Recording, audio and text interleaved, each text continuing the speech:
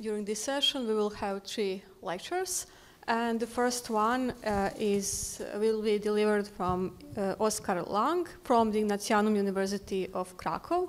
So Oskar is an MA student here at the Ignatianum, and he is very much interested in the philosophy of Thomas Kuhn. His bachelor thesis was the concept of reason in the philosophy of Thomas Kuhn against the background of selected contemporary concepts. Oskar's today's topic will be Taylor and Rorty facing naturalism. So Oskar, the floor is yours. Hello, I'm Oskar, here from Ignatianum. Thank you all for this wonderful chance to take part in this conference. And today, I'm going to use this conference as some kind of help for me, because I'm just a master student, so I'm not here to share my great knowledge. I'm trying to use it as an opportunity to get some advices on topic I just, let's say, started to work on, which will be Rorty and Taylor facing naturalism. As we could see during all this conference, naturalism is a little bit problematic problem. Also very hard to define. So there is also an ambivalent assessment with naturalism. For example, we can use this word to describe that some philosophers are taking into account the scientific research, which is something very good. On the other hand, we can treat it like some kind of bad philosophical position that narrows our experience. But to start with my thoughts, I'm gonna use a Stanford definition of naturalism as a working definition that will help me investigate some of the naturalistic topics in philosophy. So according to Stanford Encyclopedia,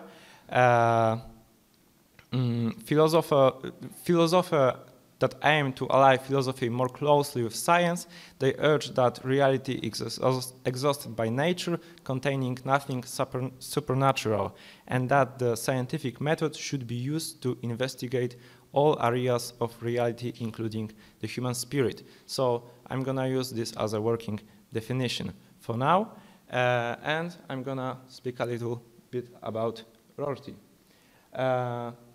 Making a quick overview, I think the main thoughts of Rorty are anti-representationism, which means that he is looking at the history of philosophy as a mostly history of trying to create the best representation of reality. He is using a metaphor of mirror when, according to this metaphor, in our heads we have some kind of a mirror that is trying to represent the reality, and philosophers are trying to make this mirror as clear as possible to represent reality in the best way. And for Rorty, this type of philosophical thinking creates more problems than solutions, so he's trying to be, like I said, anti-representationist. Another very important thing is holism, because for Rorty it is very important to have a very wide experience of reality. So for him, using, for example, only one language, for example, scientific language, to describe reality is something that closes us to the broader perspective. And in his essay, Naturalism and Quietism, Rorty is describing few divisions in philosophy. The first one is, of course, Quietism and Naturalism, because he sees himself as a Quietist, which means he sees himself in a tradition that started with, let's say, Wittgenstein, late Wittgenstein, where philosophical problems are trying to be slowed in a kind of a therapeutic way, that will try to show how they are impossible to slow, for example, and we should focus on something else. During this division, naturalism is something against quietism, which means it treats philosophical problems as a real problems. But Rorty disagrees with that, and for him, philosophical problems of quietism are also real, but they don't have pragmatic consequences in a social life. So we shouldn't spend a lot of time on them, and we should focus on different problems. And another division he made in this essay was on something, let's say, objective and subjective naturalism. And he said it is very useful, and he showed that it can be applied to some philosophical problems. And he sees objective naturalism as approach that tries to describe reality as, let's say, some of the particles in a very physical way. And subjective naturalism is trying to look at the human beings as a part of a nature, and if philosophical investigations doesn't fit to that view, like we can say it's bad for these philosophical investigations. And another great essay of Rorty is Method, Social Science and Social Hope. And there he is making his thoughts on Galileo, who was trying to describe his method, because he created this mathematical method for the social sciences, and it was very useful for him. He could make a lot of explanations to the world, but when we try to read his thoughts on his own method, we will see that he described it as something that is he described it as some kind of a language of a nature. He sees his own methods as something that is that is corresponding with the nature. And for Rorty, this kind of approach is something that doesn't work. He is understanding science more in a Kuhnian way, like according to Thomas Kuhn. And for him, methods in science are changing. There is no one scientific method. It is just some kind of approach, some kind of proposition, some kind of a language that are applied to problems, but they are changing. There is no one scientific method. And from this perspective, if we look at it that the methods are changing and there is no one scientific method, and if we remember the definition from the Stanford Encyclopedia, we can see that there is a big problem with developing naturalism, which is trying to use scientific method to the whole reality when we don't have one scientific method. So from this perspective, naturalism is becoming very problematic. And another philosopher I'm focusing on right now is Charles Taylor. And in his Sources of the Self, in his book, he is trying to, let's say, describe a contemporary self, contemporary understanding of the self as a result of philosophical, cultural, and historical changes in the West culture. And for him, our contemporary cultural world is mostly theistic, naturalistic, and romantic. And these are the main, like, let's say, languages, powers that shapes our, let's say, modern, postmodern, contemporary identity. And in his book, he's describing something like a best account, which is a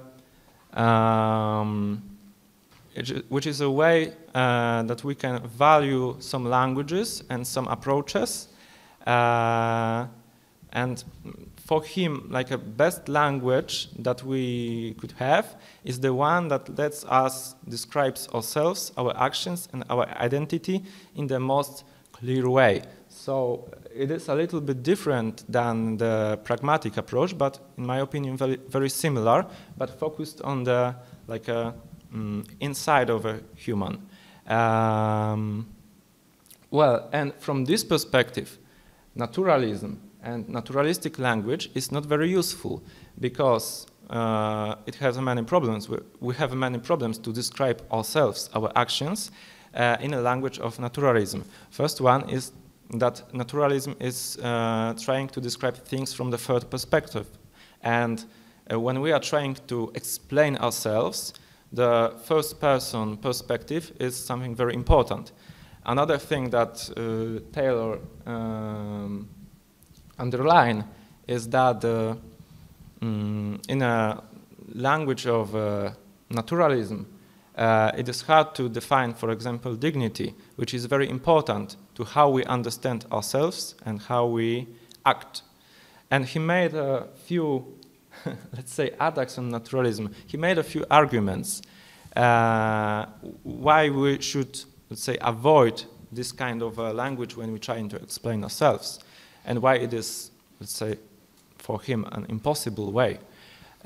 Because we need the values to explain our actions. For Taylor, we need the language that shows the values which makes us, let's say, wake up every day and do some actions while we're doing some things. For him, value is something that, like an aim of our action, and if a language cannot express these values, it just cannot be a useful tool to explain ourselves. Another argument for him is that there is no moral experience that supports naturalism.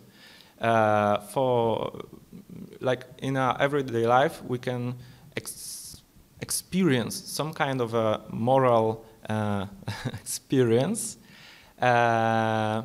And we feel, for example, like we should do something, or we care about something, and it's very important for us to describe that. And naturalism doesn't give us tool to talk about things like that, so it's another argument against naturalism for Taylor. And the third argument is against something what he calls more sophisticated naturalism, because these two arguments was against the, let's say, reductionist naturalism. And in the third argument, he's trying to face something, like I said, more sophisticated, because sometimes we could have a naturalist who agrees for using values and using language with the values. For example, they are using the language and the values of their culture, and they see themselves as a part of a culture they live in. But in a wider perspective, they see a world as something that doesn't have values in itself. So we can see someone who is from one culture and another culture, and there is incomparability between these cultures because, like, from this naturalist perspective. But for Taylor, the first thing is that, in his opinion, we mostly can compare cultures. And he gives an example of ourselves looking at the culture from like 100 years ago. We could see that it's much better in our times than in the culture of times like 100 years ago. So through this experience, we can say that we value one culture higher than another. And he said, like, if we can value culture in a historical way, we can also value different cultures. And he is like optimistic in that. For him, saying about the incomparability is very, let's say, epistemologically pessimistic, and we should avoid that. And also, for him, like his own perspective, like anti-naturalistic perspective, it still describes ourselves better than the way that these sophisticated naturalists are trying to describe themselves. Yeah. So from now we can see some similarities and differences in these approaches. I think the biggest similarity is, of course, that they are both anti-naturalists. But I think very important is that they are both value ethics very high. Like they both criticize naturalism from an ethical point of view. For Rorty, for example, some scientific languages, or let's say naturalistic worldview, is impractical because we cannot use them to deal with some ethical problem of our social life, and we cannot use this language in our cultural politics. And for Taylor, it's also, he's trying to also criticize naturalism from the ethical point of view, because we cannot express our actions and talk about our ethical behaviors with this language. But for me, the biggest difference between these philosophers is the relation to history, because for Taylor, the concept of identity and history is very important, and he sees himself as a part of a tradition and see our times as a consequence of the previous times. And for him, we need to use a language that is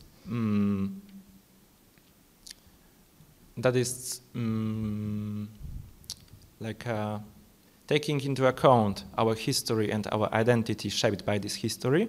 And I think Rorty sees his own philosophy and his own holistic worldview more like a Wittgensteinian toolbox, when we can take some languages, use them if they are useful, and leave them if they are not helping us solve some problems. For him, this historical perspective would narrow our, let's say,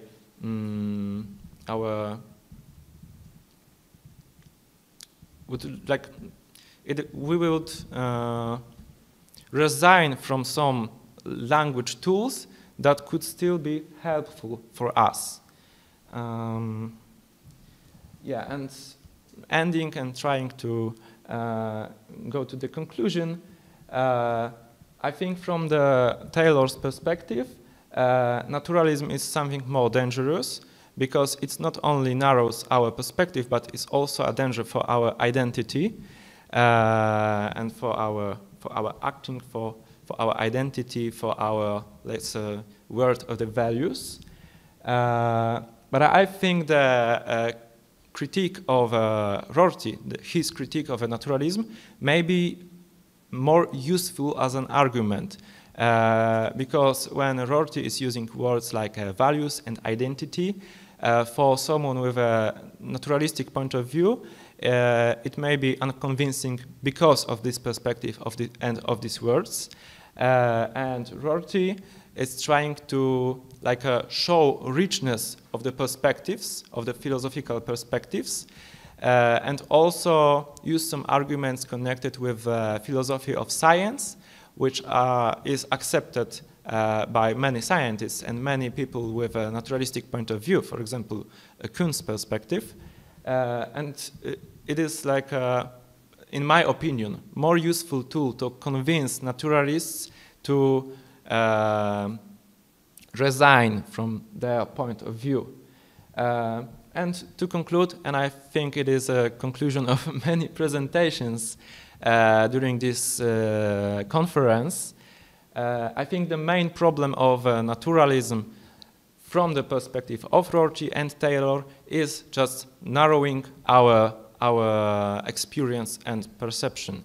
Because when we close ourselves only to this very methodological scientific language, we are close ourselves to some parts of our life, social and everyday life, and we narrows our language and our tools of description, which still may be very important and are very important for ourselves, for our actions, for our explanations.